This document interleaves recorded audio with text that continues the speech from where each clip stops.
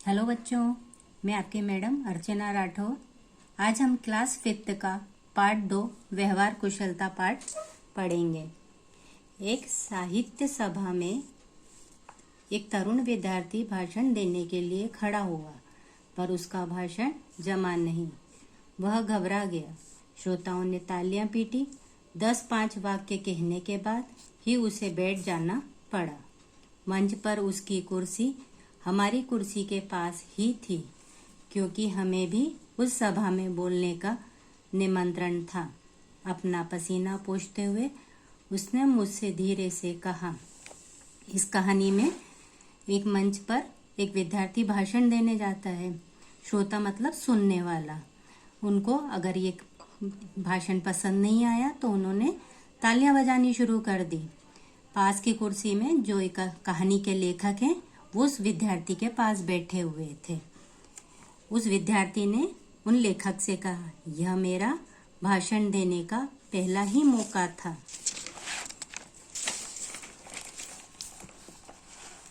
ऐसा तब तो तुमने बड़ी हिम्मत दिखाई। मैं तो अपने पहले भाषण में मुश्किल से 3 वाक्य ही ठीक से बोल पाया था।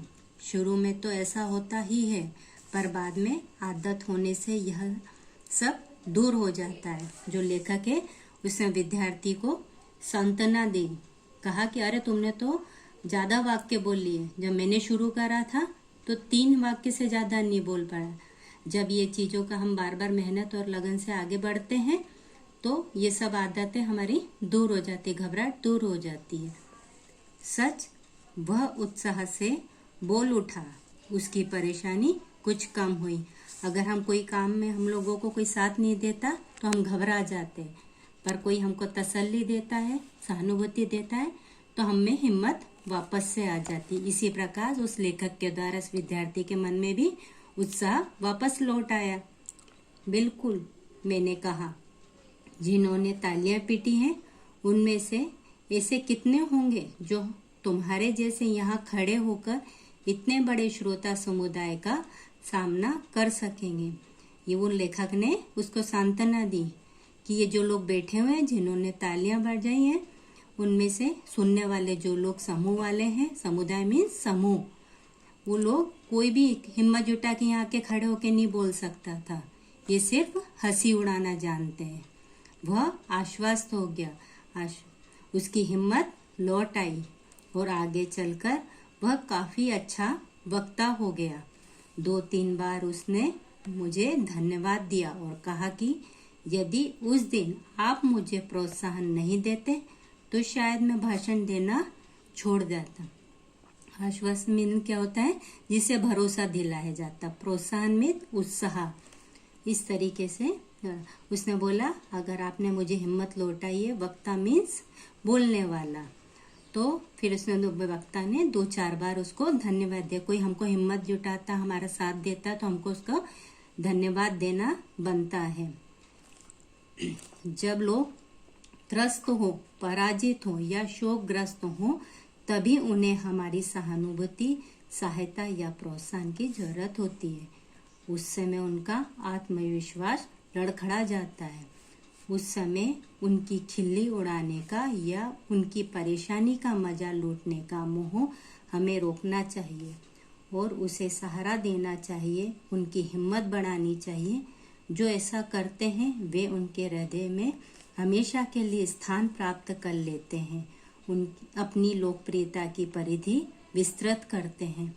अगर कोई संसार में व्यक्ति निराश हो, कोई काम नहीं कर पा रहा, इस बीच कोई अच्छा व्यक्ति आके उनके जीवन में उन्हें सहायता देता, सहानुभूति दिलाता है, तो उनका आत्मविश्वास उस कार्य के लिए वापस खड़ा हो जाता है। उस कार्य को करने के लिए वो जागृत हो जाता है। या कोई काम कर रहा है, उसकी हंसी उड़ाना, मजाक उड़ाना, उसे परेशान करना, ये गलत बात होती है। अगर मुसीबत के समय में जो व्यक्ति मुसीबत वाले व्यक्ति को साथ देता है तो वो उसमें दिल में जगह कर जाता है। उसके दिल में उस व्यक्ति के लिए सम्मान हो जाता है।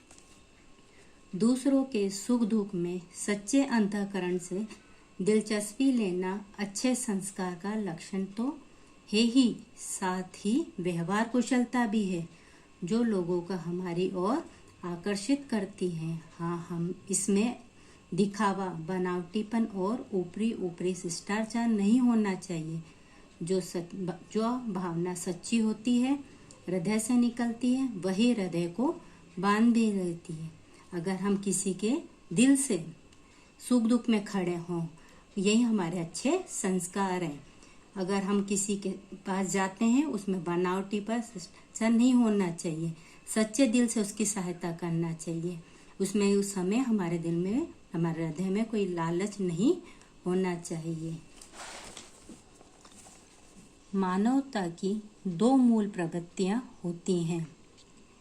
एक तो यह कि लोग हमारे गुणों की कदर करें, हमें दाद दें और हमारा आदर करें, और दूसरे वे हमसे प्रेम करें, हमारा अभाव महसूस करें, उनके जीवन में हम कुछ महत्व रखते हैं ऐसा अनुभव करें। मानव की मूल प्रवृत्तियां मीन्स क्या होता है, उनका नेचर, स्वभाव इस तरह। एक तो वो लोग होते हैं जो गुणों की, सामने वालों की इज्जत करते हैं, उनका आदर सत्कार करते हैं, उनसे प्रेम करते हैं। जब उनका वो लोग नहीं होते हैं तो उनको मतलब कमी महसूस होती है। आपके जरा से भी कार्य की यदि किसी ने सच्चे दिल से प्रशंसा की तो आपका दिल कैसा खिल उठता है। कोई आपकी सलाह मांगने आता है तो आपका मन कैसे फूल जाता है। ये अगर आप अच्छी पढ़ाई कर रहे हैं, आपकी मैडम आपकी खूब तारीफ कर देते तो आप कैसे खुश हो जाते हैं। इसी तरह से सांस्कृतिक जीवन में कोई सा भी कार्य हो, उसकी तारीफ की जाए तो हम बहुत खुश हो जाते हैं। ऊपर से कोई बड़ा आदमी कितना भी आत्मविश्वासी और आत्मतुष्ट क्यों ना दिखाई दे, भीतर से वह हमारी आपकी तरह प्रशंसा का, प्रोत्साहन का, स्नेह का भूखा है। यदि आप उसे प्रामाणिकता पूर्वक ले सकें तो आप फौरन उसके हृदय के निकट पहुंच जाएंगे। दूसरों की भावनाओं को ठीक ठाक समझना, उनकी कद्र करना, उनके साथ सच्चाई और स्नेह का व्यवहार करना, यही व्यवहार कुशलता है। इसी से सामाजिक जीवन में लोकप्रियता के दरवाजे खुलने की कुंजी हाथ लगती है। इससे हमारी अपनी सुख शांति बढ़ती है। सी अलग है।